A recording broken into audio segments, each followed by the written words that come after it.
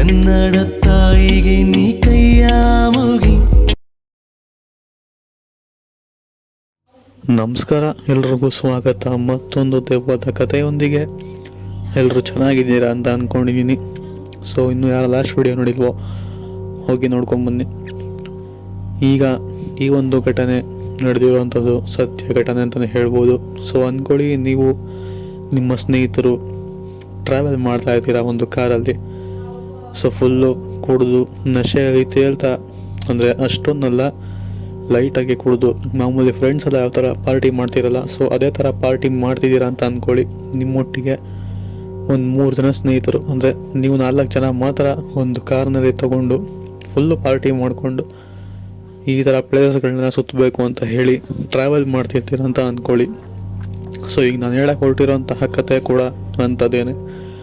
ಈ ಒಂದು ಘಟನೆ ಆಗಿರೋದು ಬಂದ್ಬಿಟ್ಟು ಈ ಒಂದು ಬೀದರ್ ಹತ್ರ, ಅಂದರೆ ಸ್ವಲ್ಪ ಹೈದರಾಬಾದ್ ಹೋಗುವ ರೋಡ್ ಅದು.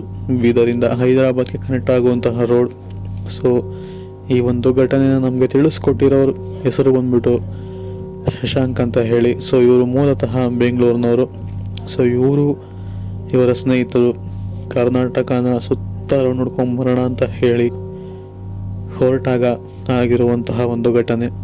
ಸೊ ಇವರ ಜೊತೆ ಆಗಿರುವಂಥ ಘಟನೆ ಬಂದ್ಬಿಟ್ಟು ಸುಮಾರು ಒಂದು 7-8 ವರ್ಷ ಹಿಂದೆ ಆಗಿರುವಂತಹ ಘಟನೆನ ಇವಾಗ ನಮಗೆ ತಿಳಿಸ್ಕೊಟ್ಟಿರುವಂಥದ್ದು.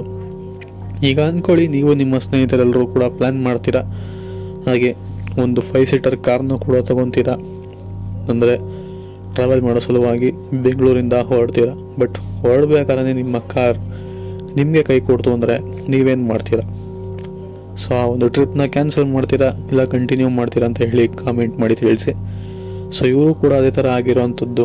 ಇವರು ಕಾರ್ನ ತೊಗೊಂಡು ಹೊರಟಾಗ ಮನೆಯಿಂದ, ಆ ಒಂದು ಮನೆಯ ರೋಡಿಂದ ಆ್ಯಕ್ಚುಲಿ ಇವರ ಸ್ನೇಹಿತರ ಮನೆ ಹತ್ರ ಗಾಡಿನ ನಿಲ್ಲಿಸಿ ಪೂಜೆ ಮಾಡಿಸಿ ಹೊರಟಿರೋವಂಥದ್ದು. ಸೊ ಹೊರಟಾಗ ಆ ಒಂದು ರೋಡ್ ದಾಟೋಕ್ಕಿಂತ ಮುಂಚೆನೇ ಗಾಡಿ ಕೆಟ್ಟು ನಿಲ್ಲುತ್ತೆ. ಇಲ್ಲೇ ಅರ್ಥ ಮಾಡ್ಕೊಳ್ಳಿ ಇದು ಬ್ಯಾಡ್ ಇನ್ಸಿಡೆಂಟ್ ಅಂತ ಹೇಳಿ. ಸರಿ, ಇವರು ಕೂಡ ಮೆಕ್ಯಾನಿಕ್ನ ಕರೆಸ್ತಾರೆ, ಗಾಡಿನ ರೆಡಿ ಮಾಡಿಸ್ತಾರೆ, ಅಲ್ಲಿಂದ ಹೊರಡ್ತಾರೆ. ಸೊ ಇವ್ರ ಮನೆಯವರು ಕೂಡ ಅಷ್ಟಾಗೇನು ಕೇಳೋದಕ್ಕೆ ಹೋಗೋದಿಲ್ಲ. ಸೊ ಅವರು ಕೂಡ ಏನೋ ಪ್ರಾಬ್ಲಮ್ ಆಗಿರ್ಬೋದು ಬಿಡು ಅಂತ ಹೇಳಿ ಸುಮ್ಮನೆ ಆಗಿರೋವಂಥದ್ದು. ಸರಿ ಅಂತ ಹೇಳಿ ಇವರು ಕೂಡ ಕಾರ್ನ ರೆಡಿ ಮಾಡಿಸ್ಕೊಂಡು ಹೊರಡ್ತಾರೆ. ಸೊ ಹೊರಟಾಗ ತುಂಬಾ ಸಲೀಸಾಗಿ ಆ ಒಂದು ಜರ್ನೀಸ್ ಆಗ್ತಿರುತ್ತೆ. ಸೊ ಮೊದಲು ಅವರು ಶಿವಮೊಗ್ಗಕ್ಕೆ ಬಂದು ರೆಸ್ಟ್ ಮಾಡ್ತಾರೆ. ಶಿವಮೊಗ್ಗದಲ್ಲಿರೋಂಥ ಜಾಗಗಳನ್ನೆಲ್ಲ ನೋಡಾದ್ಮೇಲೆ ಬಂದು ರೆಸ್ಟ್ ಮಾಡಿ ತಿರ್ಗ ಪುನಃ ಇದ್ದು ಮತ್ತೊಮ್ಮೆ ಶಿವಮೊಗ್ಗನ ನೋಡದೇ ಇರೋಂತಹ ಜಾಗಗಳಿಗೆಲ್ಲ ಹೋಗಿ ವಿಸಿಟ್ ಮಾಡಿ ಪುನಃ ಮುಂದೆ ಬಂದು ಹೀಗೆ ಎಲ್ಲ ರಾಜ್ಯಗಳಲ್ಲೂ, ಅಂದರೆ ಎಲ್ಲ ಒಂದು ಜಾಗಗಳಿಗೂ, ಅಂದರೆ ಗೊತ್ತಿರುವಂತಹ ಜಾಗಗಳೆಲ್ಲ ವಿಸಿಟ್ ಮಾಡಿಕೊಂಡು ನಂತರ ಹೈದರಾಬಾದ್ ಹೈವೇನ, ಅಂದರೆ ಈ ಒಂದು ಬೀದರಿಂದ ಹೈದರಾಬಾದ್ ಕನೆಕ್ಟ್ ಆಗುತ್ತಲ್ಲ, ಸೊ ಆ ಒಂದು ಹೈವೇಯಲ್ಲಿ ರೂಮ್ ಸಿಗೋದಿಲ್ಲ ಇವರಿಗೆ ಆ ಒಂದು ಸಮಯದಲ್ಲಿ. ಸೊ ಇವ್ರ ಪ್ರಕಾರ ಪ್ಲ್ಯಾನ್ ಏನಿತ್ತು ಅಂತ ಅಂದರೆ ಅಲ್ಲಿ ಹಾಲ್ಟ್ ಆಗಂದರೆ ಈ ಒಂದು ಬೀದರ್ ಅನ್ನೋ ಜಾಗದಲ್ಲಿ ಹಾಲ್ಟ್ ಆಗಿ ಬೆಳಗ್ಗೆ ಎದ್ದು ಜರ್ನಿನ ಹೈದರಾಬಾದ್ ಕಡೆ ಮಾಡೋಣ ಅಂತ ಅಂದ್ಕೊಂಡು ಸುಮ್ಮನಾಗಿರ್ತಾರೆ. ಬಟ್ ಇವ್ರಿಗೆ ಎಷ್ಟೇ ಹುಡುಕಿದ್ರೂ ಕೂಡ ರೂಮ್ಸ್ ಸಿಗೋದಿಲ್ಲ. ಸರಿ, ಈ ಒಂದು ಪ್ಲ್ಯಾನ್ನ ನಾವು ಕ್ಯಾನ್ಸಲ್ ಮಾಡಲೇಬೇಕು, ರೂಮ್ ನಮಗೆ ಸಿಗ್ತಾ ಇಲ್ಲ, ಈ ಸರಿ ನೈಟ್ ಜರ್ನಿ ಮಾಡೋಣ, ಯಾವುದಾದ್ರು ಬೆಳಗ್ಗೆ ರೂಮ್ ಸಿಕ್ಕಿದ್ರೆ ಸ್ವಲ್ಪ ಹೊತ್ತರಷ್ಟು ರೂಮಲ್ಲೇ ಮಾಡೋಣ ಅಂತ ಹೇಳಿ ಡಿಸೈಡ್ ಮಾಡಿಕೊಂಡು ಸೊ ಕಾರ್ನಲ್ಲಿ ಮಿಕ್ಕಂತಹ ಏನಂತೀರ ಒಂದು ಸೈಡ್ಗೆ ಹಾಕಿ ಫುಲ್ಲು ಪಾರ್ಟಿ ಮಾಡ್ತಾರೆ. ಎಷ್ಟು ಮಟ್ಟಿಗೆ ಅಂತ ಅಂದರೆ ಒಬ್ಬರು ಕೈಲೂ ಕೂಡ ಆ ಒಂದು ನಿಂತ್ಕೊಳ್ಳೋಕ್ಕೂ ಕೂಡ ಶಕ್ತಿ ಇರೋದಿಲ್ಲ, ಅಷ್ಟು ಮಾಡ್ತಾರೆ. ಸರಿ, ಡ್ರಿಂಕ್ ಆ್ಯಂಡ್ ಡ್ರೈವ್ ಸರಿ ಬರೋದಿಲ್ಲ ಅಂತ ಹೇಳಿ ಅವರು ನೈಟ್ ಜರ್ನಿ ಮಾಡಬೇಕು ಅಂತ ಪ್ಲ್ಯಾನ್ ಮಾಡಿದ್ರಲ್ಲ, ಅದನ್ನು ಕ್ಯಾನ್ಸಲ್ ಮಾಡಿ ಡ್ರಿಂಕ್ ಆ್ಯಂಡ್ ಡ್ರೈವ್ ಮಾಡೋದು ತಪ್ಪು.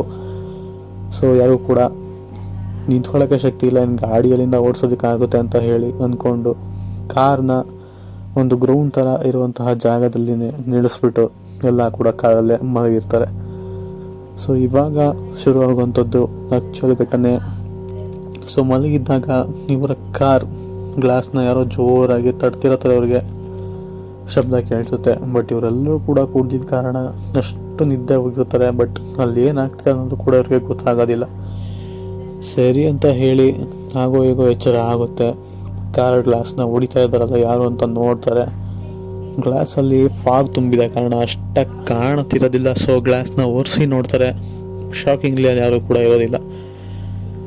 ಇವಾಗ ತಾನೇ ಯಾರೋ ಕಾರ್ನ ತಟ್ತಿದ್ದಾರೆ, ಇವಾಗ ನೋಡಿದ್ರೆ ಯಾರೂ ಇಲ್ಲ ಅಂತ ಹೇಳಿ ಡೋರ್ ಓಪನ್ ಮಾಡಿ ಆಚೆ ಕಡೆ ಬಂದು ನೋಡ್ತಾರೆ. ಸುತ್ತಮುತ್ತ ಯಾರೂ ಕೂಡ ಕಾಣಿಸೋದಿಲ್ಲ. ಸರಿ ಅಂತ ಹೇಳಿ ಮತ್ತೊಮ್ಮೆ ಕಾರ್ ಒಳಗಡೆ ಬಂದು ಮಲ್ಕೊತಾರೆ.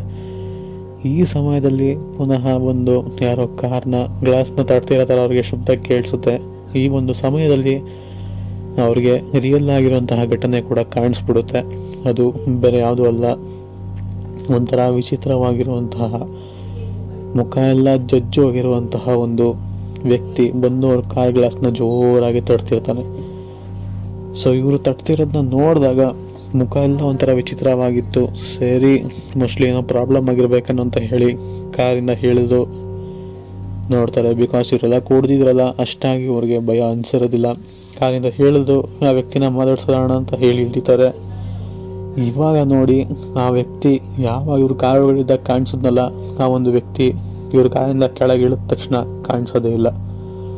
ಅರೆ, ಇವಾಗ ಇನ್ನೂ ಇಲ್ಲೇ ಇದ್ನಲ್ಲ, ಮುಖ ಎಲ್ಲ ಜಜ್ಜೋಗಿತ್ತು, ಏನೋ ಪ್ರಾಬ್ಲಮ್ ಇರ್ಬೋದು ಅಂತ ಕೇಳೋಣ ಅಂತ ಹೇಳಿದ್ರೆ ಇವಾಗ ನೋಡಿದ್ರೆ ವ್ಯಕ್ತಿನೇ ಕಾಣ್ತಿಲ್ವಲ್ಲ ಅಂತ ಹೇಳಿ ಈಗ ಒಂದು ಸ್ವಲ್ಪ ಅವರೆಲ್ರಿಗೂ ಕೂಡ ಗಾಬರಿ ಆಗೋದಕ್ಕೆ ಶುರು ಆಗುತ್ತೆ. ಅಂದರೆ ನಾವು ನೋಡಿದ್ಯೇನು, ಇಲ್ಲಿ ಯಾವ ಮನುಷ್ಯರು ಇಲ್ಲ, ಈ ಜಾಗ ಏನು ಅಂತ ಹೇಳಿ ಸುತ್ತಮುತ್ತ ಕಣ್ಣಾಯಿಸ್ತಾರೆ. ಟಾರ್ಚ್ ಇಟ್ಕೊಂಡು ಸ್ವಲ್ಪ ದೂರ ಕೂಡ ಓಡಾಡ್ತಾರೆ. ಆವಾಗ ಗೊತ್ತಾಗುವಂಥದ್ದೇ ಅವರು ಈ ಒಂದು ಮಶಾಣದ ಹತ್ರ ಕಾರ್ನ ನಿಲ್ಲಿಸಿರ್ತಾರೆ ಅಂತ ಹೇಳಿ. ಸೊ ಇವ್ರು ಮೊದಲೇ ಕುಡಿದಿದ್ರು, ನಾನ್ ವೆಜ್ ಎಲ್ಲ ತಿಂದಿದ್ರು, ಆದ ಕಾರಣ ಈ ಥರ ಒಂದು ಅಟ್ಯಾಕ್ಗಳು ಇವರಿಗೆ ಆಗ್ತಿತ್ತು. ಸೊ ಇದನ್ನು ನೋಡಿದಂಥ ಅವರು ಇಲ್ಲಿರೋದು ಸರಿಯಲ್ಲ, ಕಾರ್ನ ತಗೊಂಡು ಸ್ವಲ್ಪ ದೂರ ಮುಂದೆ ಎಲ್ಲರೂ ಹೋಗೋಣ, ಇದು ಸರಿ ಇಲ್ಲ ಜಾಗ ಅಂತ ಹೇಳಿ ಕಾರ್ನ ಸ್ಟಾರ್ಟ್ ಮಾಡ್ತಾರೆ. ಎಷ್ಟೇ ಸ್ಟಾರ್ಟ್ ಮಾಡಿದ್ರು ಕೂಡ ಕಾರ್ ಸ್ಟಾರ್ಟ್ ಆಗೋದಿಲ್ಲ. ಅದರಲ್ಲಿ ಯಾವ ಒಂದು ವ್ಯಕ್ತಿ ಇವ್ರ ಕಾರ್ ಗ್ಲಾಸ್ನ ಹೊಡಿತೀನಲ್ಲ, ಸೊ ಅವರ ಫೋಟೋ, ಅಂದರೆ ಮುಖ ಎಲ್ಲ ಜಜ್ಜೋಕ್ಕಿಂತ ಮುಂಚೆ ಫೋಟೋ ಇರುತ್ತಲ್ಲ, ಆ ಒಂದು ಫೋಟೋ ಇವ್ರಿಗೆ ಸೈಡ್ನಲ್ಲಿ ಕಾಣಿಸುತ್ತೆ, ಕೆಳಗಡೆ ಬಿದ್ದಿರೋವಂಥ ಫೋಟೋ ಕಾಣಿಸುತ್ತೆ. ಇದು ನೋಡಿದಂತಹ ಅವರು ಗಾಬರಿ ಬೀಳ್ತಾರೆ. ಗಾಡಿನ ಇನ್ನಷ್ಟು ಶುರು ಮಾಡೋದಕ್ಕೆ ಸ್ಟಾರ್ಟ್ ಮಾಡ್ತಾರೆ. ಅಂತೂ ಇಂತೂ ಗಾಡಿ ಸ್ಟಾರ್ಟ್ ಆಗುತ್ತೆ. ಅಲ್ಲಿಂದ ಗಾಡಿ ಎತ್ಕೊಂಡು ಓಡಿಸ್ತಾರೆ.